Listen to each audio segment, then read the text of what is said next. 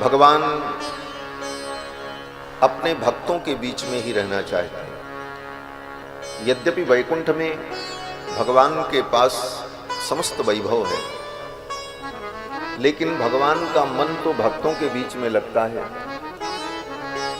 इसलिए भगवान अपने वैकुंठ से आकर इस मृत्युलोक में भी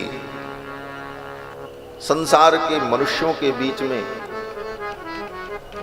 मंदिर में अर्चा विग्रह के रूप में विराजमान होकर जीवों की भक्ति को, भाव को, प्रेम को ग्रहण करते हैं और उनका कल्याण करते हैं। भगवान कहते हैं कि नाहं बसामि वैकुंठे योगिनां हृदयेन च मद्भक्ताः यत्र गायन्ति तत्र तिष्ठामि नारद। नारद जी ने एक बार भगवान से पूछा, प्रभु आप कहाँ रहते हो? आवाज थोड़ा कम करो, झमझम करो, आवाज साफ सुनाई पड़े, प्रेम से बात में आ जाए। नारद जी ने पूछा, भगवान आप कहाँ निवास करते हैं? भगवान ने कहा, नाहं बसामि वैकुंठे, मैं वैकुंठ में नहीं रहता हूं। योगिनां हृदयेन च, योगियों के हृदय में भी मैं नहीं रहता हूं। बोले तब? भगवान कहते हैं मद भक्ताः यत्र गायन्ति तत्र तिष्ठामि नारद। हे नारद, मेरे भक्त जहां मेरा गुणगान करते हैं, कीर्तन करते हैं, मेरी उपासना पूजा करते हैं, उन भक्तों के बीच में ही मैं रहता हूं। और भक्तों के बीच में रहने के लिए ही भगवान अपना वैकुंठ छोड़कर, और कम करो आवाज भाई,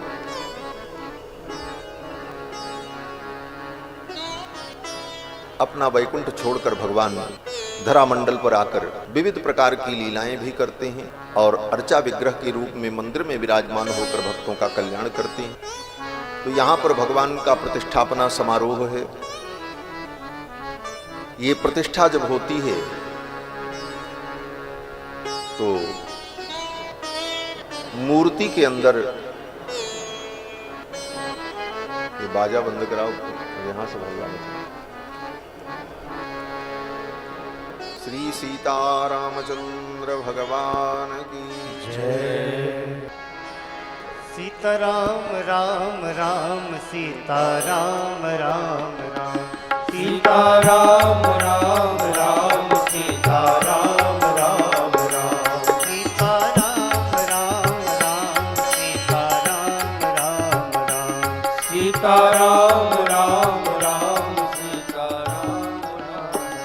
श्री सीतारामचंद्र भगवान की जय। ऐसा युग आ गया है कि आज के युग में धर्म और भक्ति का मतलब लोग यही समझते हैं, खूब चिल्लाना, हल्ला करना, बाजा बजाना, पटाखे दगाना, नारे लगाना, ये धर्म नहीं है। धर्म को समझने की आवश्यकता है कि धर्म का तत्व क्या है। और धर्म का तत्व तभी समझ में आता है जब इन विषयों को गंभीरता से, शांति से श्रवण किया जाए। इसीलिए वेद ने कहा, श्रोतव्यो मंतव्यो निदिध्यासितव्य। पहले श्रवण करने का हम अभ्यास करें, शांति पूर्वक विषय को गंभीरता से श्रवण करें, तब धर्म के वास्तविक तत्व का बोध होता है। आज धर्म के नाम पर बड़ी बड़ी राजनीति होती, कोई हिंदू राष्ट्र बना रहा है, कोई देश की व्यवस्था का परिवर्तन करने में लगा है। मैं कहता हूं, क्या हिंदू राष्ट्र बनाओगे? पहले हिंदू बनाओ लोगों को, लोग हिंदू बन जाएं अपने आप, ये हिंदू राष्ट्र बन जाएगा। हिंदू राष्ट्र तो बना हुआ है, केवल कागज में और संविधान में हिंदू राष्ट्र लिख जाने से हिंदू राष्ट्र नहीं होता। लोग म्लेच्छ बन रहे हैं, लोग अंतरजातीय विवाह करके ब्रह्मा के द्वारा बनाई गई वर्णाश्रम व्यवस्था को छिन्न भिन्न कर रहे हैं। आहार की शुद्धि समाप्त हो गई, मनमानी संतानों को, वर्ण संकरों को उत्पन्न करके कुल का विनाश कर रहे हैं। मंदिर की मर्यादाएं समाप्त हो रही हैं। नदी तीर्थ जो है पर्यटन स्थल बनते चले जा रहे हैं। वहां पर भी जाकर के तीर्थों में लोग केवल अय्याशी और एंजॉय कर रहे हैं। ऐसी स्थिति में तुम कौन सा हिंदू राष्ट्र बनाने का संकल्प लेकर के घूम रहे हो? विचारणीय विषय। हम धर्माचारी हैं, इसलिए इन विषयों पर संकेत करने का हमारा दायित्व भी है और अधिकार भी है। लोग हिंदू बने तो अपने आप हिंदू राष्ट्र बन गए। हिंदू एक जीवन पद्धति है, हिंदू एक संस्कृति है, हिंदू एक सिद्धांत है। उस सिद्धांत को, उस संस्कृति को जानकर उस तरह का हम आचरण करते हुए जीवन व्यतीत करें, हम अपने नागरिकों को उस प्रकार का हिंदू बना सकें, तो ये हिंदू राष्ट्र बना हुआ है। आज स्थिति ये है, हिंदू को यही पता नहीं है संध्या क्या होती है, संध्या वंदन किसे कहते हैं, आहार की शुद्धि क्या है ये तक नहीं पता, क्या खाना चाहिए क्या नहीं खाना चाहिए। सामान्य चीजों के ज्ञान से लोग रहित होते चले जा रहे हैं और हिंदुत्व के नाम पर बचा क्या, केवल झंडा और डंडा और गले में एक लाल रंग का गमछा और दाहिने हाथ की कलाई में एक मुट्ठी कलावा। इतने प्रदर्शन मात्र से व्यक्ति हिंदुत्व की रक्षा करने के लिए निकला। विचार करो, घोर समय आया है महाराज। ऐसे घोर कलिकाल में सही दिशा प्राप्त हो तब हम कोई कार्य कर पाएंगे। इसलिए अपने शास्त्र के विषयों को गंभीरता से सुनने का अभ्यास बनाना चाहिए, इन विषयों को सुनना चाहिए। हमारा सनातन धर्म क्या है? मंदिर भी एक मर्यादा है और शास्त्र सिद्धांत के अनुसार मंदिर में जब प्रतिष्ठा होती है तो भगवान विराजमान होते हैं। और केवल अपने मन से सब काम कर लो तो फिर वो मंदिर नहीं रहता, वो म्यूजियम बन जाता है। और अपने मन से आप सब करते रहेंगे तो कुछ दिन बाद ऐसा भी आएगा कि मंदिर में टार्च से आरती होने लग जाएगी।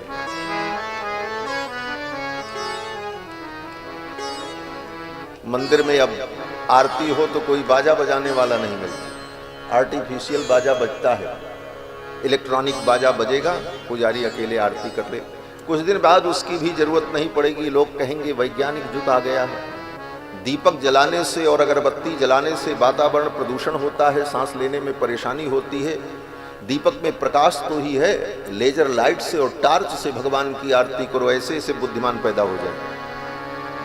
ऐसे युग में सनातन धर्म के मूल सिद्धांतों को कैसे सुरक्षित रखा जाए, ये बहुत बड़ी समस्या है और इस पर हम सभी लोगों को विचार करना चाहिए। मैं बातें बहुत कड़वी बोल जाता हूँ, लेकिन हृदय नहीं मानता है। यह मन करता है कि लोगों को प्रेरणा मिले और लोग सावधान हों। बंधुओं, भगवान के दिव्य मंदिर का निर्माण हुआ। अब यहाँ भगवान जो मूर्ति के रूप में विराजमान होने जा रहे हैं, ये भगवान का अवतार होने जा रहा है। ये सिद्धांत की बात मैं कह रहा हूं। आप कहोगे अवतार तो त्रेता में हुआ, द्वापर में हुआ। बोले इसको भी हमारे यहां अवतार माना जाता है शास्त्रों। मंदिर में मूर्ति के अंदर शास्त्र की विधि से जब भगवान का आवाहन किया जाता है, प्राण प्रतिष्ठा होती है, तो भगवान उस मूर्ति रूपी विग्रह को, शरीर को धारण करके मंदिर में विराजमान हो जाते हैं। तो ये भगवान का अवतार कहलाता है। इसको अर्चावतार कहते हैं। कौन सा अवतार? अर्चावतार। इसका नाम है अर्चावतार। अर्चा माने पूजा। भक्तों की पूजा को ग्रहण करने के लिए, भक्तों की पूजा को स्वीकार करके उनका कल्याण करने के लिए भगवान का ये अवतार होता है, इसलिए इसको अर्चावतार कहते हैं। अन्य अवतार में भगवान अपनी इच्छा से अवतार लेते हैं और अर्चावतार में भगवान भक्त की इच्छा से अवतार लेते हैं। ये अंतर है। रामावतार और कृष्णावतार जो भगवान ने लिया, अन्य जितने अवतार, नरसिंह अवतार, मत्स्य अवतार, कच्छपावतार, उन अवतारों में क्या रूप धारण करना है, क्या करना है, कहाँ अवतार लेना है, ये सब भगवान के अधीन होता है। भगवान अपनी इच्छा से सब तय करते हैं। निज इच्छा निर्मित तनु माया गुण गोपाल। लेकिन अर्चावतार मंदिर में मूर्ति के रूप में जो भगवान का अवतार होता है प्राण प्रतिष्ठा के द्वारा, बोले इस अवतार में भगवान स्वतंत्र नहीं होते, भक्त स्वतंत्र होता है। भक्त जैसा चाहे भगवान को, कि इतने बड़े भगवान हो, काले रंग के हों, लाल रंग के हों, श्वेत पाषाण में हों, धातु की प्रतिमा में हों, खड़े हुए हों, बैठे हुए हों, भक्त जिस प्रकार से चाहता है उस प्रकार से भगवान का अवतार होता है अर्चावतार।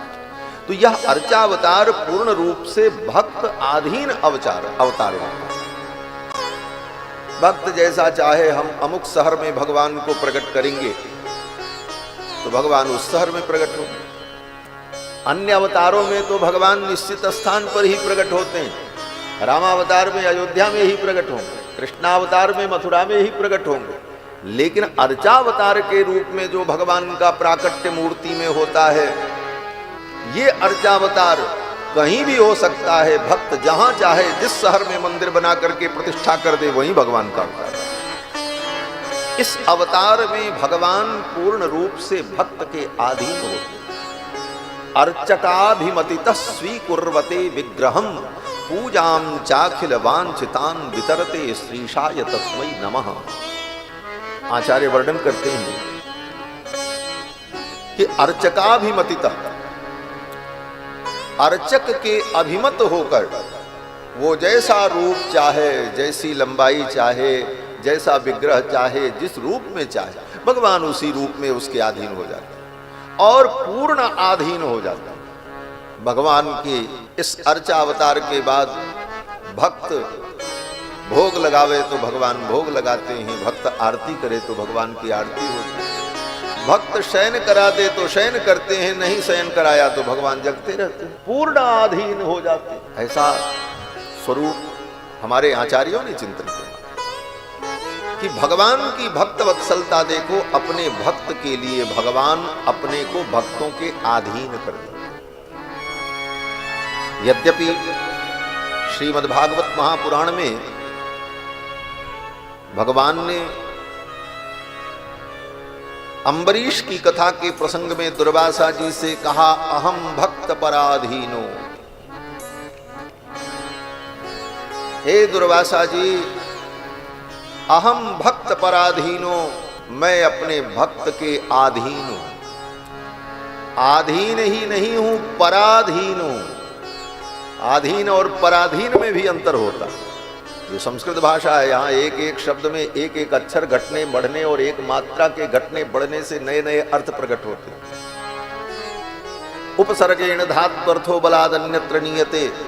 एक उपसर्ग लग जाए तो धातु का अर्थ, शब्द का अर्थ बदल करके कुछ विशिष्ट हो जाता है। तो भगवान भक्त के अधीन होते हैं, ये सामान्य बात है।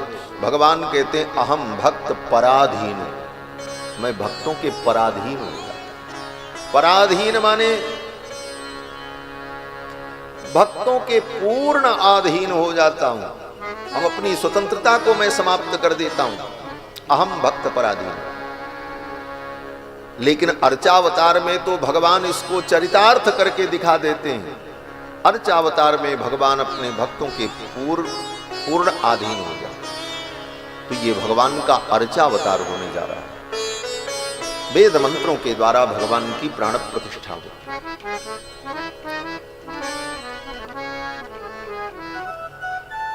भगवान और हमारे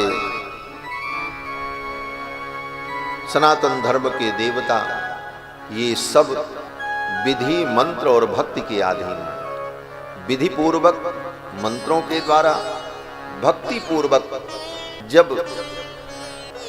इनकी प्रतिष्ठा की जाती है तो भगवान का दिव्य सान्निध्य उस विग्रह में होता है। तो भगवान की ये प्राण प्रतिष्ठा का दिव्य महोत्सव पूज्य महाराज श्री की अध्यक्षता में, और इसमें श्री रामायण जी की कथा, महर्षि वाल्मीकि के द्वारा रचित रामायण ग्रंथ के आश्रय में रामचरित्र का चिंतन, इसका भी प्रयोजन है। रामायण की बहुत बड़ी महिमा है। जितनी महिमा रामायण की कही जाए कम है। ये रामायण पाप का नाश करने वाला है, सद्बुद्धि देने वाला है, अज्ञानी के अज्ञान को नष्ट कर उसे ज्ञान संपन्न बनाने वाला है, जन्म जन्मांतर के पाप को मिटाने वाला है, राम जी के चरणों का प्रेम प्रदान करता है। सब कुछ ये रामायण कथा सब कुछ करती है। बहुत सारे फल लिखे हुए हैं, लेकिन यहां पर हम आज प्रारंभ में एक फल की चर्चा करते हैं। रामायण का जब युद्ध कांड समाप्त होता है श्रीमद् वाल्मीकि रामायण में, तो युद्ध कांड के अंत में राम जी का अयोध्या आगमन और राम जी का राज्याभिषेक। वहां पर जब राम जी का राज्याभिषेक हो जाता है तो महर्षि वाल्मीकि युद्ध कांड के अंत में कहते हैं कि यह जो राम कथा है, एवमेतत् पुरा व्यक्तम, ये जो अत्यंत प्राचीन कथा रामायण कथा है जिसका मैंने गान किया, इसका फल ये है कि इसके पाठ करने से, इसके श्रवण से, इसके पठन से बलम विष्णोः प्रवर्धताम, भगवान विष्णु का बल बढ़ता। एवमेतत् पुरावृत्तम व्याख्यानम भद्रमस्तु वः प्रव्याहरत विश्रब्धम बलम विष्णोः प्रवर्धताम। और यही श्लोक जब उत्तरकांड समाप्त हुआ तो उत्तरकांड के अंत में फिर एक बार महर्षि वाल्मीकि ने कहा, एवमेतत् पुरावृत्तम व्याख्यानम भद्रमस्तु वः प्रव्याहरत विश्रब्धम बलम विष्णोः प्रवर्धताम। इसका अर्थ क्या हुआ? ये बड़ा महत्वपूर्ण श्लोक है रामायण। ऐसे तो रामायण के हर श्लोक एक एक अक्षर महत्वपूर्ण है। एकैकम अक्षरम प्रोक्तम महापातक नाशनम। रामायण का एक एक अक्षर महान से महान पाप को नष्ट करने वाला। लेकिन ये श्लोक महत्वपूर्ण इसलिए है कि रामायण में 2 बार और 2 कांडों के अंत में फलश्रुति के रूप में महर्षि वाल्मीकि ने कहा। और दूसरी बात, दुर्बद्धम सुबद्धम, एक सिद्धांत है, सामान्य न्याय है कि जब आप किसी चीज को बांधते हैं तो रस्सी से उसमें गांठ लगाते हैं। एक गांठ लगाई तो वो गांठ खुल सकती है और खुल जाती है, और डबल गांठ लगा दे तब, बोले तब नहीं खुलती। इसी को संस्कृत में कहते हैं द्विर्बद्धम सुबद्धम। 2 बार जिस चीज को बांध दिया जाए वो चीज ठीक से बन जाए, मजबूती से बन जाए। दुर्बद्धम सुबद्धम। तो इस श्लोक को 2 बार कह करके महर्षि वाल्मीकि ने दुर्बद्धम कर दिया, 2 बार बार, अर्थात इसकी महिमा का वर्णन किया। क्या महिमा? बोले एवमेतत् पुरावृत्तम व्याख्यानम भद्रमस्तु वः। यह जो पुरावृत्त है, पुरावृत्त माने पूर्व में घटित हुआ घटनाक्रम, उसको कहते हैं पूर्व वृत्त। उसी को इतिहास कहा जाता है। आजकल के आधुनिक जो पढ़े लिखे लोग हैं, इतिहासकार हैं, उन लोगों ने एक नया शब्द निकाला है, काल्पनिक इतिहास। जो लोग पढ़े हैं उनको मालूम होगा। वो इतिहासकार लिखते हैं कि ये रामायण महाभारत ये सब काल्पनिक इतिहास है। आधुनिक इतिहासकार ऐसा कहते हैं। लेकिन उन घटाटोपों से पूछा जाए कि काल्पनिक और इतिहास, इन दोनों शब्दों का जोड़ ही नहीं बनता है। जो काल्पनिक होगा वो इतिहास नहीं होगा, और जो इतिहास होगा वो काल्पनिक नहीं होगा। ये बड़ी, इस बात को आज तक ये तथाकथित इतिहासकार नहीं समझ पाए। और लिख मारते हैं, गंदगी फैला देते हैं। काल्पनिक इतिहास रामायण, रामायण महाभारत ये काल्पनिक इतिहास। इतिहास कभी काल्पनिक होता ही नहीं। इतिहास का अर्थ होता है, तीन शब्दों के मिलने से इतिहास शब्द बनता है।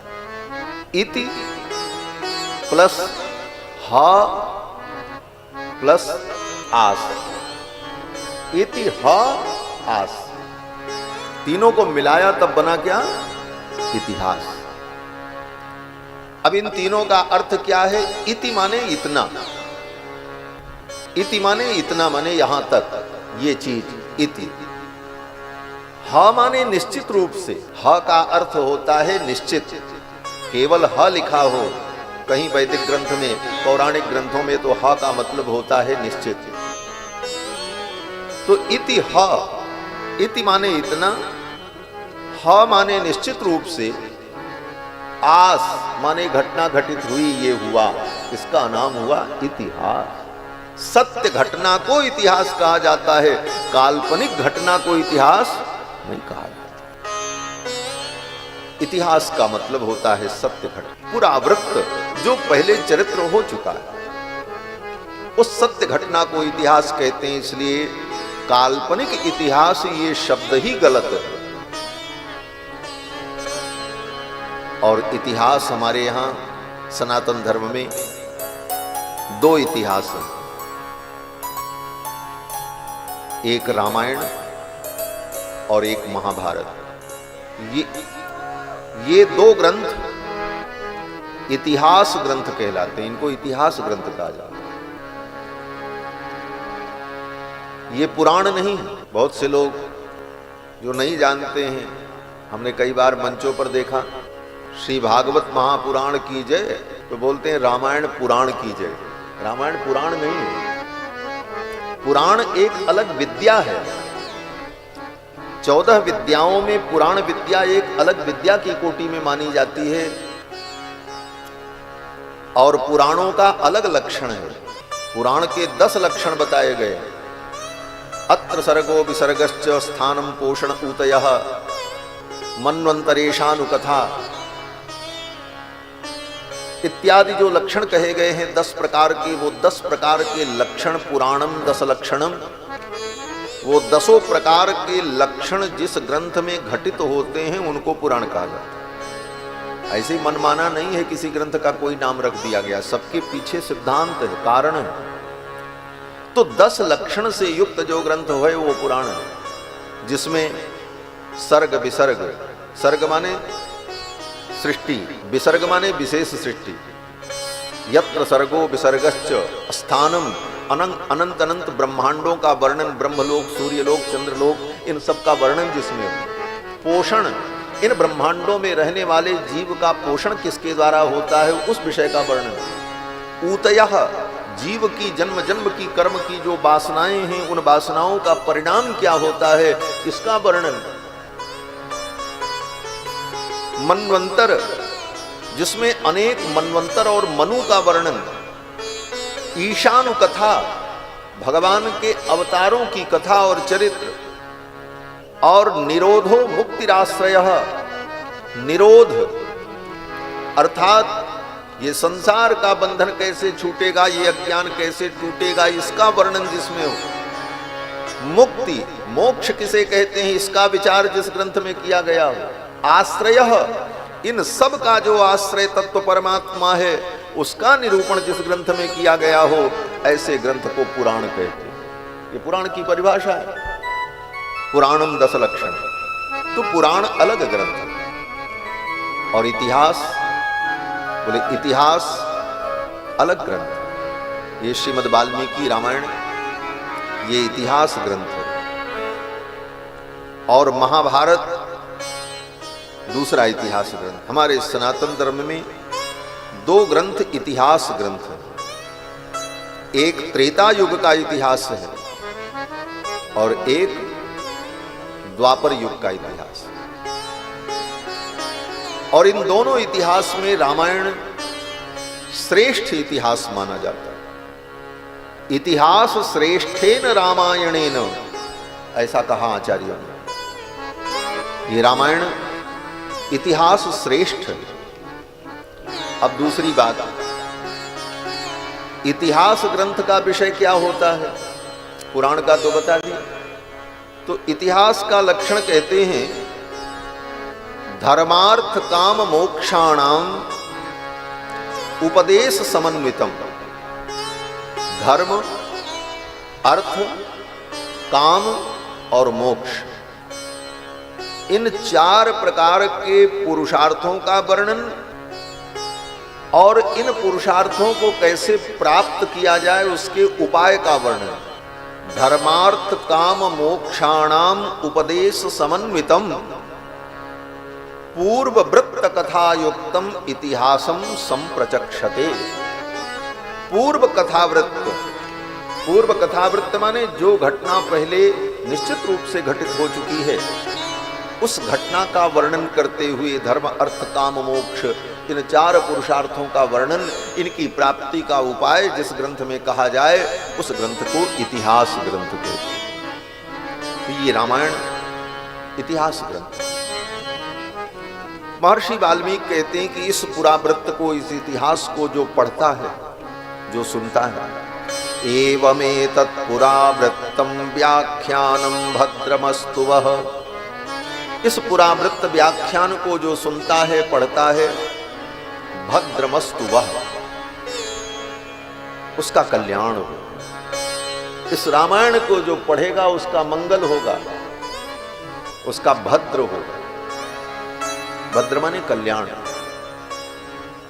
और क्या होगा? तो अगली पंक्ति में कहते हैं कि एवमेतत् पुरावृत्तम व्याख्यानम भद्रमस्तु वः प्रव्याहरत विश्रब्धम बलम विष्णोः प्रवर्धताम्। और इस विश्वास के साथ जो इसे पढ़ेगा, गाएगा, इसका वर्णन करेगा, इसका पाठ करेगा, उसका एक विशेष फल यह होगा कि बलम विष्णोः प्रवर्धताम्। भगवान विष्णु का बल बढ़ेगा। अब आप कहोगे भगवान विष्णु का बल बढ़ेगा, उनका बल कम रहता है, बढ़ता है?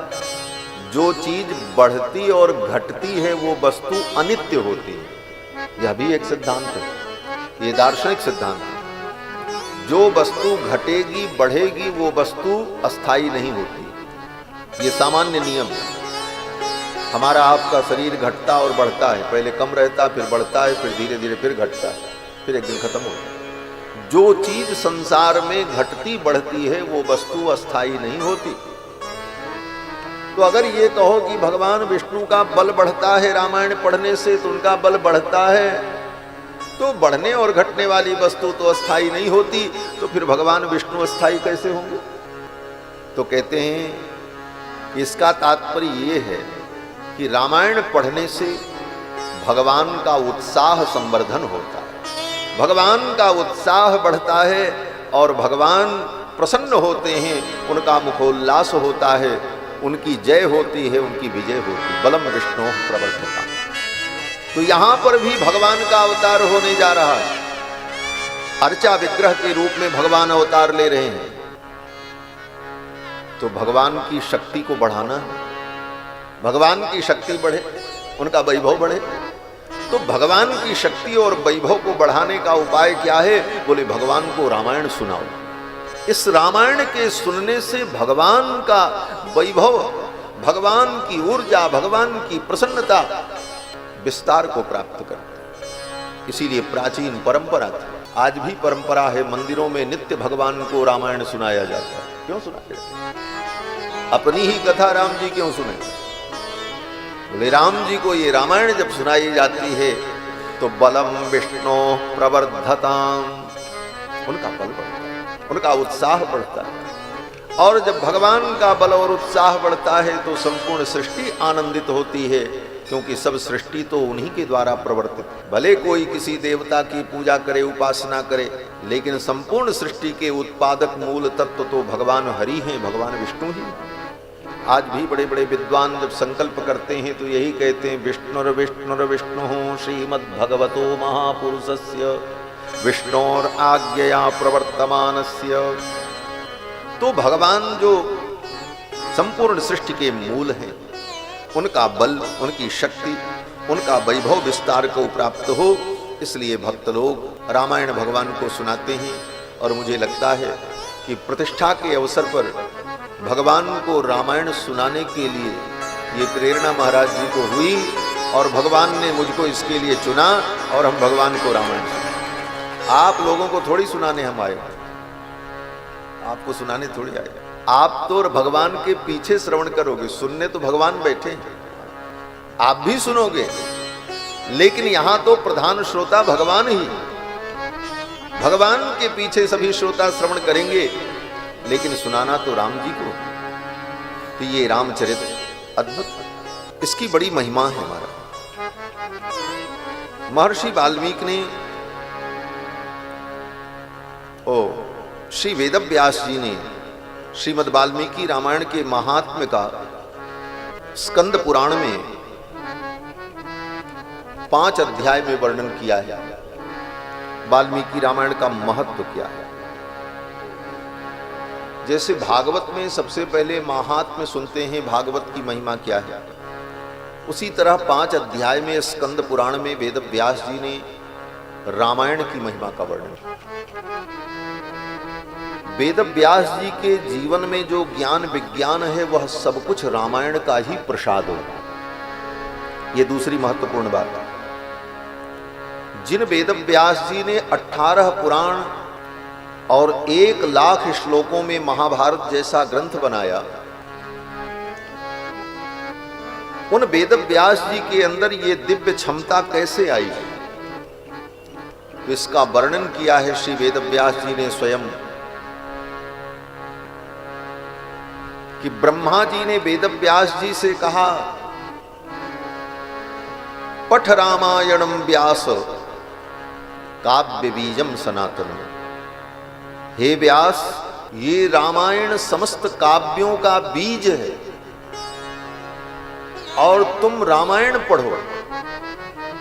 और जब रामायण पढ़ोगे तो रामायण पढ़ने से तुम्हारे अंदर काव्य करने की, काव्य की रचना करने की शक्ति उत्पन्न होगी। बिना रामायण के अनुग्रह के, बिना रामायण की कृपा के तुम्हारे अंदर कवित्व शक्ति प्राप्त नहीं हो सकती।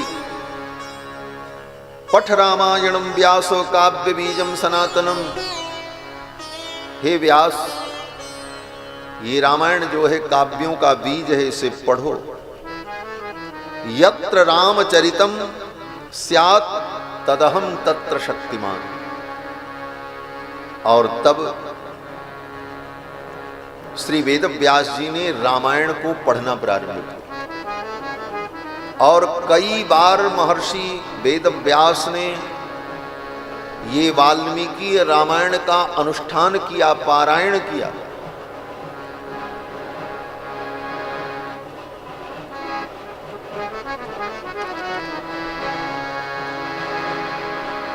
श्री सीता रामचंद्र भगवान की जय। जय जय सीता।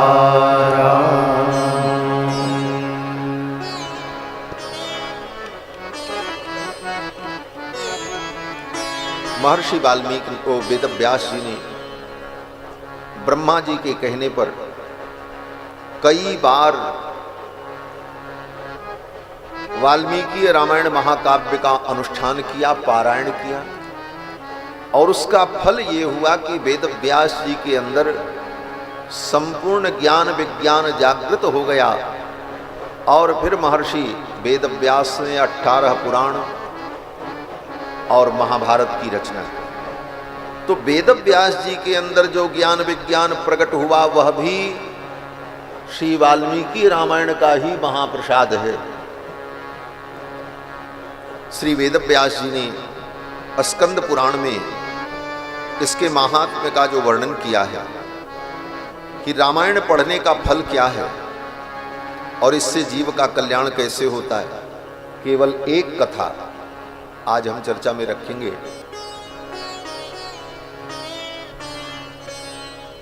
रामायण के महात्म्य का वर्णन करने के पहले एक श्लोक में राम जी को प्रणाम किया। ये श्लोक बड़ा अद्भुत है। संस्कृत व्याकरण के सभी विभक्तियों का, सातों विभक्तियों का और संबोधन का प्रयोग करते हुए इस श्लोक में भगवान राम की बड़ी सुंदर स्तुति की गई।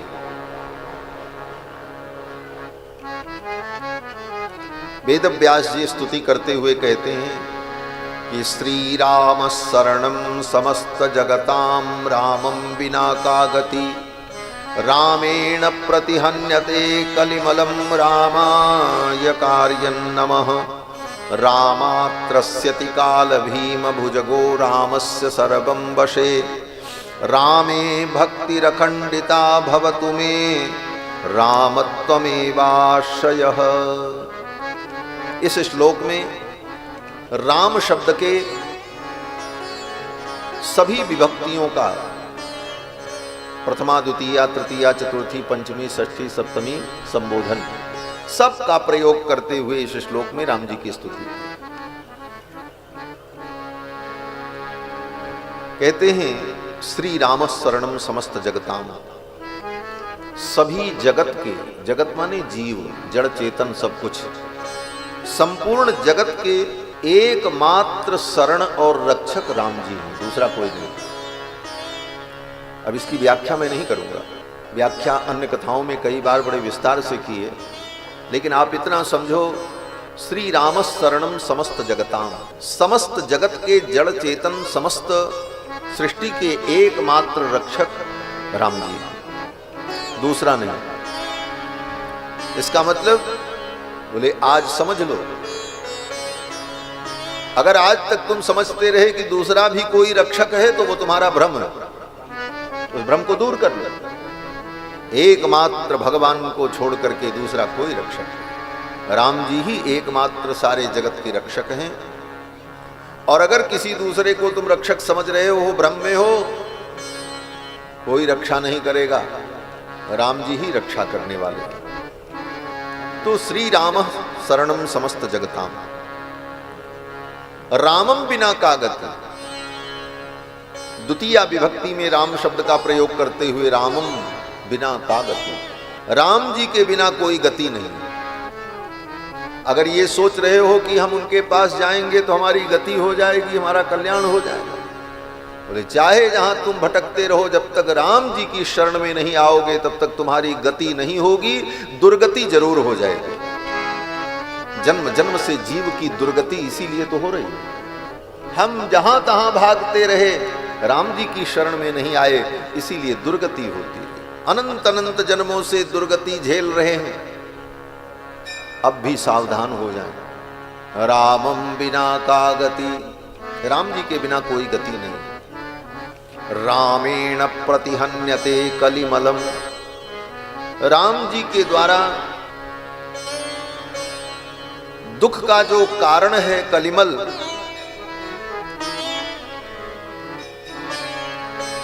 वह समाप्त हो जाता है। हमारे आपके जीवन में जो दुख है वो क्यों है, तो विचार करेंगे तो यही निकलेगा, पाप के कारण। दुख पाप के कारण और सुख बोले पुण्य के कारण। सुख और दुख का जो कारण है उस कारण पर हम विचार नहीं करते, प्रत्यक्ष दिखने वाली वस्तुओं को हम सुख और दुख का कारण समझते। किसी व्यक्ति ने आपका सिर फोड़ दिया तो हम उसमें कारण ढूंढते हैं, ये दुख हमको क्यों हुआ, तो व्यक्ति कहता है इनके कारण हुआ, इन्होंने सिर फोड़ दिया। वो प्रत्यक्ष दिखने वाला कारण नहीं है, वो तो निमित्त है, वो निमित्त है। कारण क्या था, बोले तुम्हारा पाप था और उस पाप के परिणाम स्वरूप तुम्हारा सिर फूटना तय था, और उस पाप के कारण सिर फूटा, वह तो केवल निमित्त बना। और निमित्त अगर मानते हो तो उसी को क्यों मानते हो, कारण मानते हो। बोले इसने सिर फोड़ दिया, बोले उसने कहां फोड़ा, सिर तो तुम्हारा पत्थर से फूटा, तो पत्थर के ऊपर मुकदमा चलाओ, उस पर मुकदमा नहीं चलेगा।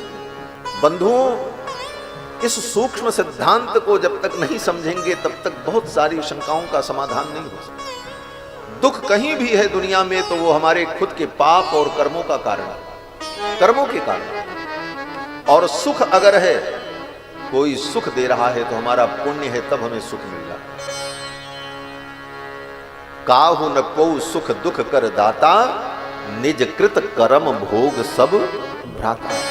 गोस्वामी तुलसीदास जी महाराज कहते हैं, काहु न को सुख दुख कर दाता, निज कृत कर्म भोग सब भ्राता। काहु न को सुख दुख कर दाता, निज कृत कर्म भोग सब भ्राता। निज कृत कर्म भोग सब भ्राता। निज कृत कर्म भोग सब भ्राता। काहु न को सुख दुख कर दाता। कोई किसी को सुख दुख देने वाला नहीं है। अपने अपने कर्मों से, पाप से हमें दुख मिलता है और पुण्य से हमको सुख मिलता है। इसलिए पाप पुण्य कैसे होता है इसका विचार करना, यही तो धर्म का विचार है। तो पाप से जो दुख होता है वो पाप कैसे समाप्त हो, तो कहते हैं रामेण प्रतिहन्यते कलिमलम। राम जी की शरण में आओगे तो राम जी तुम्हारे पापों को समाप्त कर देंगे, तुम्हें शुद्ध बना लेंगे। तुम अगर अपने पापों को स्वयं समाप्त करने की क्षमता रखते तो कब के पाप मुक्त हो गए हो, लेकिन आज तक अनंत अनंत जन्मों से पाप मुक्त नहीं हो पाए। कौन करेगा पाप मुक्त? कहते हैं रामेण प्रतिहन्यते कलिमलम। राम जी के द्वारा ही वो पाप नष्ट किया जाएगा। इसीलिए भगवान कहते हैं सन्मुख होई जीव मोहि जबहि, जन्म कोटि अघनाशहि तबहि। जब तक जीव मेरे सम्मुख नहीं आएगा, मेरी शरण में नहीं आएगा, तब तक उसके पाप का नाश नहीं। और पाप का नाश नहीं होगा तो दुख नहीं समाप्त, क्योंकि पाप के कारण दुख। तो रामेण प्रतिहन्यते कलिमलम। फिर कहते हैं हम क्या करें? तो व्यास जी कहते हैं कुछ मत करो, केवल बार बार राम जी को प्रणाम करते रहो। राम जी के चरणों में प्रणाम निवेदन करते रहोगे तो ठाकुर जी तुम पर कृपा कर देंगे। रामाय कार्यं नमः। राम जी को प्रणाम करो। नमः कार्यम, नमस्कार करो, लेकिन किसके लिए? बोले रामाय, राम जी। क्यों? बोले प्रणाम की महिमा तो राम जी जानते, ये दुनिया के लोग नहीं जानते। ये दुनिया के लोगों को प्रणाम करते रहो, घूम करके देखते भी नहीं। हाँ ठीक है ठीक है, एवॉइड करते, उपेक्षा करते हैं। लेकिन प्रणाम की महिमा तो भगवान जानते हैं। भगवान को अगर एक बार भी तुमने प्रणाम कर लिया तो ठाकुर जी तुमको याद रखेंगे, इसने मुझको प्रणाम किया। गोस्वामी तुलसीदास जी महाराज कहते हैं सकृत प्रणाम किए अपनाए, त्यों सुनि शरण सामुहे आए। सकृत प्रणाम किए अपनाए, त्यों सुनि शरण सामुहे आए। तेहि सुनि शरण सामुहे आए। तेहि सुनि शरण सामुहे आए। सकृत प्रणाम किए अपना। एक बार भगवान को प्रणाम कर ले तो भगवान उसको अपना लेते हैं। अपना लेते हैं माने अपना बना लेते हैं। तो प्रणाम की महिमा तो भगवान जानते हैं। इसीलिए कहा रामाय कार्यम नमः, राम जी को प्रणाम करो। बोले तो आज से संसार के लोगों को प्रणाम करना बंद कर दें? कहते नहीं नहीं ऐसा न करो। क्यों? बोले संसार के लोगों को प्रणाम करना बंद कर दोगे तो लोग कहेंगे घमंडी हो गया, अभिमानी हो गया। क्योंकि संसार के लोगों को तो कहने के लिए कुछ चाहिए ना। लोगों का काम है कहना, कुछ तो लोग कहेंगे। इसलिए प्रणाम तो करो, लेकिन भावना ये करो कि जो हमारे सामने खड़े हैं इनके हृदय में अंतर्यामी भगवान जो सबके हृदय में विराज रहे हैं, उन अंतर्यामी राम जी को मैं प्रणाम कर रहा हूं।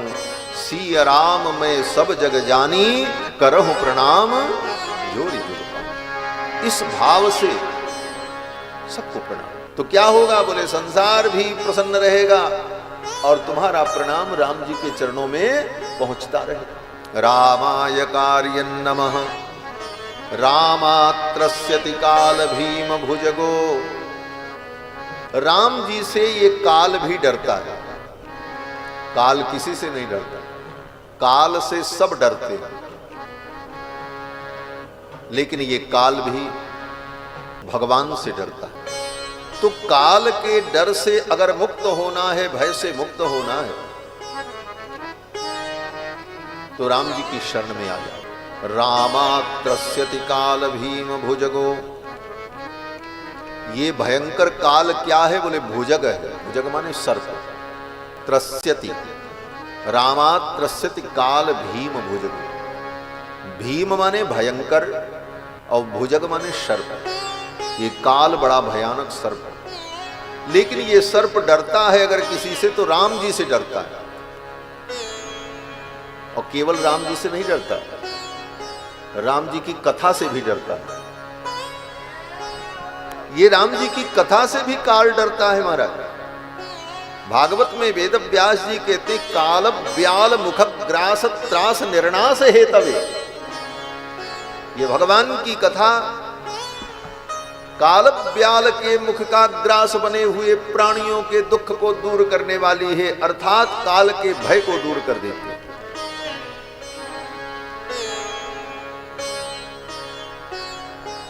ये राम कथा काल के भय को दूर करती है। रामस्य सर्वम वशे, षष्ठी विभक्ति का संबंध का प्रयोग वर्णन करते हुए कहते हैं रामस्य सर्वम वशे। सब किसके बस में है? बोले सब राम जी के बस में। तुम्हारे हमारे बस में कुछ नहीं। चाहे जितनी तुम डींग मारते रहो, लेकिन तुम्हारे बस में कुछ नहीं। तुम्हारे बस में तुम्हारा शरीर नहीं है। जब चाहो तब नींद नहीं आती, जब चाहो तब भूख नहीं लगती, जब चाहो तो मलमूत्र नहीं होता। हर चीज के लिए अन्य साधनों का उपयोग करना पड़ता है। शरीर ही तुम्हारा वश में नहीं है और क्या वश में होगा? अपना जीवन वश में नहीं है। कब मरेंगे, कल क्या होगा, अगले क्षण क्या होने वाला है, किसी को पता नहीं। फिर भी आदमी सोच रहा हम ये कर डालें, हम ये कर डालें। जीव के वश में कुछ नहीं। सब कुछ अगर किसी के वश में है तो वो राम जी के वश में। इसीलिए राम जी का एक नाम है वशी। क्या नाम है? वशी। वशी वदान्यो गुणवान ऋजुर सुचिर। ये सब भगवान के गुण हैं। भगवान की नाम महिमा के वर्णन में, गुण महिमा के वर्णन में इन बातों को कहा गया। बसी वदान्यो गुणवान ऋजु सुचि मृदुर दयालुर मधुर स्थिर सम कृति कृतज्ञ तमसी स्वभावतः समस्त कल्याण गुणामृतो दधी। ये भगवान के सारे दिव्य कल्याण गुण हैं। तो भगवान वशी है, क्योंकि सब कुछ भगवान के वश में है। रामस्य सर्वम वशे।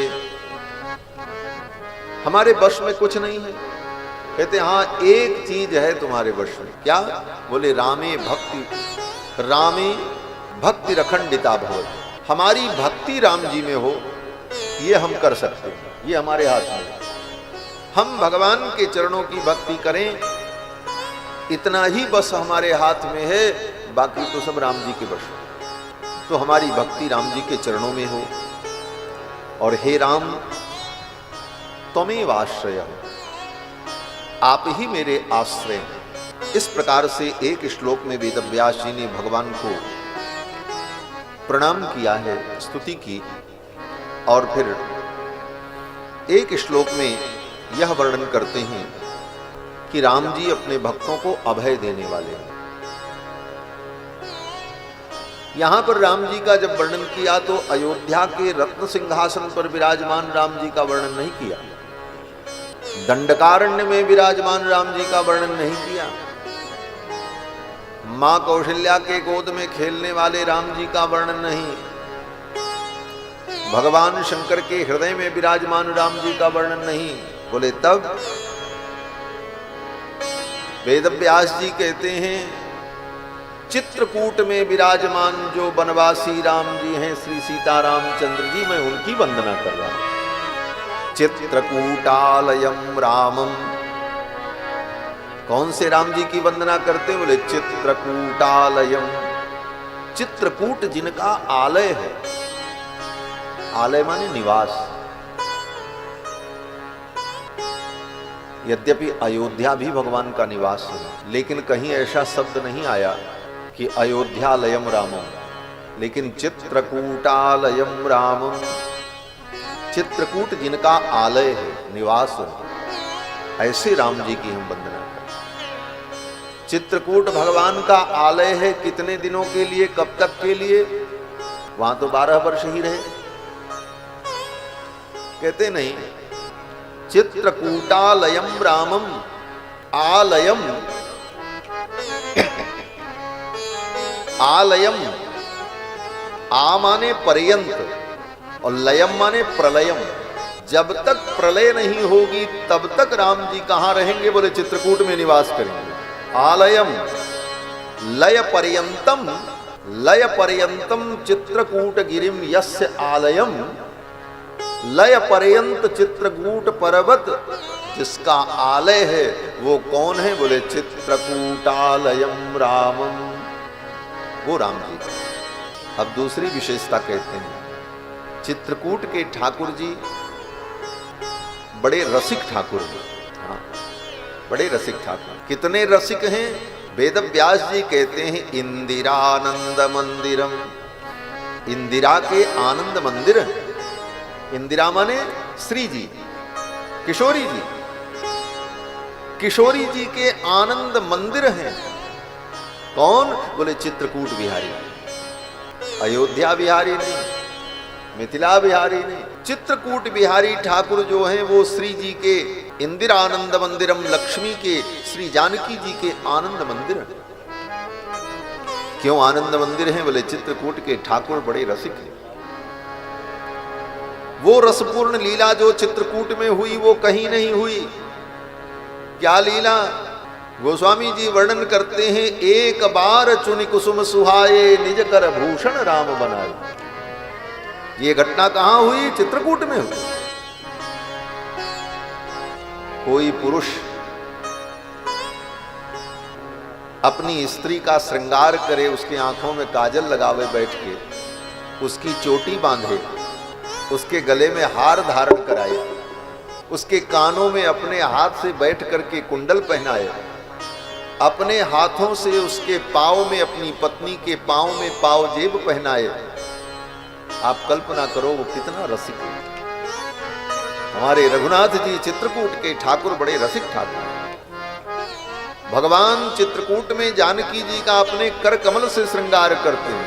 एक बार चुनि कुसुम सुहाए, एक बार चुनि कुसुम सुहाए, निज कर भूषण राम बनाए, निज कर भूषण राम बनाए।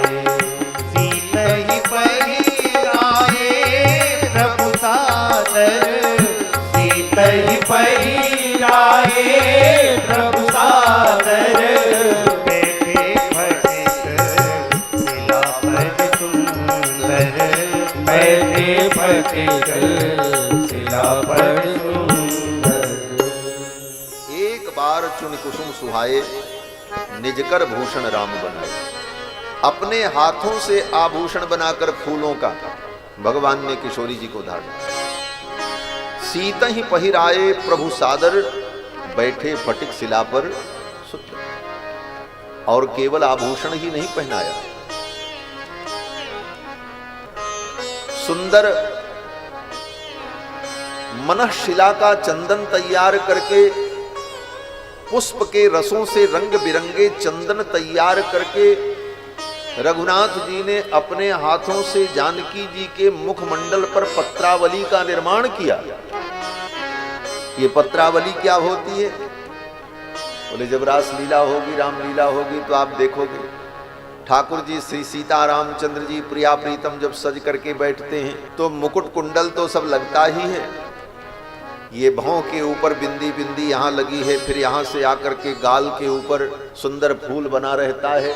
तो ये क्या है? बोले इसी को पत्रावली कहते हैं, श्रृंगार में इसको पत्रावली कहते हैं। तो भगवान ने अपने हाथों से श्री जानकी जी के मुख पर पत्रावली का निर्माण किया। किससे? बोले चंदन के द्वारा, रंग बिरंगे चंदन के द्वारा किशोरी जी के मुख पर पत्रावली बनाई। गोस्वामी जी वर्णन करते हैं कि निज कर राजीव नयन, निज कर राजीव नयन पल्लव दल रचित शयन, सुमननि भूषण विभाग अंग अंगनि लिखे धातु राग, का कहो तिलक करनी कला निधान की। कला निधान रघुनाथ जी ने चित्रकूट में किशोरी जी के लिए अपने हाथों से बिस्तर लगाया। कितने रसिक हैं ठाकुर। और भी कैसा बिस्तर? बोले आम पीपल बट, ऐसे वृक्षों के कोमल कोमल पत्तों को तोड़कर फिर एक के बाद एक पत्तों को रख करके सजा करके ऐसा सुंदर बिस्तर राम जी बनाते हैं। निज कर राजीव नयन पल्लव दल रचित शयन, शयन माने बिस्तर। निज कर राजीव नयन पल्लव दल रचित शयन, सुमननि भूषण विभाग, और पुष्पों से अलग अलग आभूषण बना करके धारण कराए। अंग अंग लिखे धातु राग, हाथों में मेहंदी लगाई, वक्ष पर केसर मिश्रित चंदन लगाया। अंग अंगन लिखे धातु राग, का कहो तिलक करनी कला निधान की। गोस्वामी जी कहते हैं कला निधान रघुनाथ जी ने जो तिलक किया किशोरी जी के मस्तक पर, उसका मैं क्या वर्णन करूं। अरे बोले क्या किया? तिलक ही तो किया। कहते वो तिलक देखने में तिलक दिख रहा था, लेकिन सूक्ष्म दृष्टि से देखो तो रघुनाथ जी ने किशोरी जी के मुखमंडल पर तिलक करते समय अपनी संपूर्ण लीला का चित्रण कर दिया था किशोरी जी के मुखमंडल पर। जैसे आजकल कला होती है, बड़े सूक्ष्म ढंग से कोई चित्रकारी की जाती है, सीधे देखो तो आपको पता ही नहीं चलेगा कि इसमें कोई चित्र, लेकिन उसे जूम करके जब देखा जाए तो उसके अंदर अनेक अनेक कलाकृतियां दिखाई पड़ती हैं। उसी प्रकार रघुनाथ जी ने किशोरी जी के मुखमंडल पर जब तिलक किया तो उस तिलक में केसर की खौर में अपनी संपूर्ण लीलाओं का चित्रण कर दिया। किशोरी जी ने कहा रघुनाथ जी आप अपनी लीलाओं को मेरे मुखमंडल पर अंकित कर दो। और भगवान ने अपनी लीलाओं को बाल लीला से लेकर चित्रकूट लीला पर्यंत जितनी लीला विवाहादि लीला थी उन सब की दृश्य और झांकियों को किशोरी जी के मुखमंडल में चित्रण कर दिया। अरे महाराज किसी को दिखा नहीं